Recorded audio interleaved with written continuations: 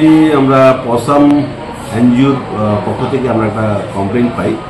তো কমপ্লেন পাওয়ার পর আমরা প্রিলিমিনারি ইনকোয়ারি ইনিশিয়েট করি। প্রিলিমিনারি ইনকোয়ারিতে আমরা কগনিজেন্স পাই এবং বিভিন্ন সোশ্যাল মাধ্যমে আমরা জানতে পারি, সামাজিক মাধ্যম থেকে আমরা জানতে পারি যে আমাদের ভদ্রায় স্থিত গর্জন টিলা গ্রামের একটি ছেলে, যার ভালো নাম হচ্ছে বিশ্ব পখা জমাতিয়া ওরফে বদরহরি জমাতিয়া, ও নৃশংসভাবে একটি কুকুরকে হত্যা করেছে। এটা ছাড়াও আরও অন্যান্য পশুর সাথেও সে হিংস্র আচরণ করেছে। আমি নিজেও এটা সামাজিক মাধ্যমে দেখতে পাই।